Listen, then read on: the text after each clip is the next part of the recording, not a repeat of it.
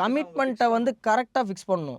ஒரு இடத்துல நான் வந்து 20,000 வாங்கி நான் 20,000த்தையும் தண்டமா செலவு பண்ணேன்னா, அது கமிட்மெண்ட்டே கிடையாது. ம். 20,000 வாங்கி நான் 2 கிராம் கோல்டு வாங்கி சேவ் பண்ணியிருக்கேன்னா, அதான் கமிட்மெண்ட். ஓகே. கமிட்மெண்ட்டுக்கு ஒரு விஷயம் இருக்குல்ல. இப்ப நான் ட்ரெஸ் வாங்கியிருக்கேன். எனக்கு தேவைப்படுது. ட்ரெஸ் 10,000க்கு வாங்கியிருக்கேன். அது எனக்கு ஓகே. அந்த 10,000 நான் மாசம் மாசம் 5,000 5,000 கட்டிடுறேன். ஏன்னா எனக்கு தேவைப்படுது. அடுத்த நான் 20 நாளைக்கு அந்த ட்ரெஸ் தான் போட போறேன். அது ஒரு கமிட்மெண்ட்ண்ணே.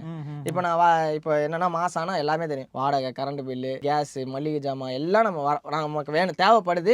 அது போய்க்கிட்டே தான் இருக்கும். ம், ம். நான் இன்னைக்கு தான் காய் வாங்கி போடுறேன். அடுத்த 4 நாள்ல காய் தீர்ந்து போயிருது. ஆமா. நான் போய் வாங்க தான் செய்யணும் அத. சின்ன கமிட்மெண்ட் தான். அத நீங்க மாசமா பார்க்கும்போது அது பெருசா தெரியும். கண்டிப்பா. நான் ரூ. 500 வாங்குறேன். மாசம் ரூ. 2,000 நான் காயை மட்டும் வாங்குறேன். அது ஒரு ஆக்சுவலா கமிட்மெண்ட். புருஷன்மார்கள் டென்ஷன் ஆகுறதும், பொண்டாட்டிமார்கள் டென்ஷன் ஆகுறதும் 2மே அந்த சின்ன சின்ன விஷயம் விஷயங்கள்ல. தான். அது வந்து அவங்களுக்கு தெரியும் அந்த வலி. ஏன் என்கிட்ட நாளைக்கு வைக்கிறதுக்கு தக்காளி இல்ல நான் என்னத்த வச்சு வைப்பேன்? ஆமா. அதான் வெங்காயம் இருக்குல்ல அப்படின்னு சொல்லுவாங்க. ஏன்னா அது தெரியாது. நம்ம பசங்களா தெரியாதுண்ணே.